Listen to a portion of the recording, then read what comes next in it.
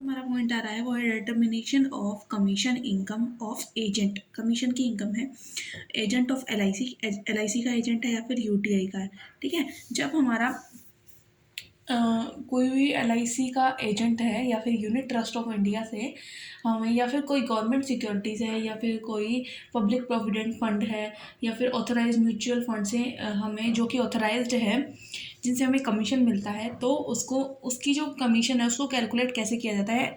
इसमें दो कंडीशन है, जब कमीशन 60,000 से कम होता है और जब कमीशन 60,000 से ज़्यादा होता है। तो पहला केस हमारा है when commission is not more than 60,000, यानी 60,000 से वो कम है। Particulars of commission deduction maximum deduction, तो इसमें हमें डिडक्शन और मैक्सिमम डिडक्शन मिलेगी अगर हम एलआईसी के एजेंट हैं।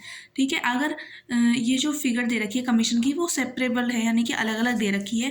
फर्स्ट ईयर का जो कमीशन मिला, रेनुअल कमीशन और बोनस कमीशन। फर्स्ट ईयर का जो हमें कमीशन मिलेगा उस पर 50% की डिडक्शन मिलेगी और रेनुअल का कमीशन जो मिलेगा वो उस पर 15% की डिडक्शन मिलेगी। ये आपको क्वेश्चन में गिवन होगी। ठीक है, और इन दोनों की जो डिडक्शन मिलेगी, मैक्सिमम डिडक्शन 20,000 रुपये तक ही दी जा सकती है दोनों को मिलाकर।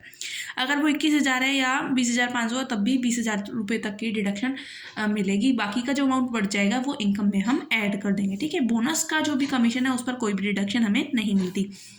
अगर इनको हमने पहले तो पढ़ा कि जो एलआईसी के एजेंट है उनको अलग अलग ये जो कमीशन मिला इनका अलग अलग फिगर दे रखा है। अगर ये फिगर पूरा सेपरेबल मतलब पूरा इकट्ठा अमाउंट दे दिया उन्होंने, सेपरेबल नहीं है, तो जितना भी मिला उसका ग्रॉस रिसीव जितना हुआ उसका 1/3 उसको डिडक्शन दी जाएगी। ठीक है, अगर हम यूनिट ट्रस्ट ऑफ इंडिया और या फिर पोस्ट ऑफिस में है, गवर्नमेंट सिक्योरिटीज़ है, म्यूचुअल फंड के एजेंट हैं, उसके केस में हमें 50% जितना भी कमीशन रिसीव हुआ उसका 50% की हमें डिडक्शन मिल जाती है। अगर हमारा जो कमीशन 60,000 से ज़्यादा होता है वो अगले लेक्चर में करेंगे।